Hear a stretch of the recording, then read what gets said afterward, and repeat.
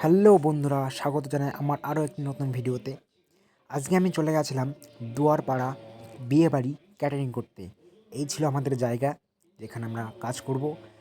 এই হচ্ছে আজকের মেনু। আজকে বিয়ে ছিল ইন্দ্রাণী এবং রণজিতের। কাজে এসেই আমি আর সবুজদা দুজনে বসে গেছিলাম পাতা এবং টিস্যু রেডি করতে।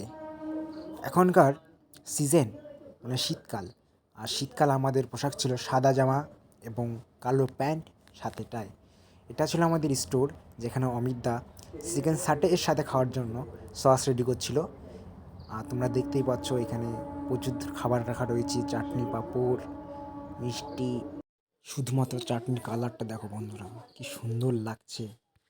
আর এইদিকে দেখো একদম সাটেগুলো তেল ছাড়ার জন্য একদম রেডি হয়ে আছে। ওহ, কি সুন্দর লাগছে। অবশেষে আমাদের সমস্ত খাবারগুলো আমরা ছোটো ছোটো গাবলাতে করে নিলাম।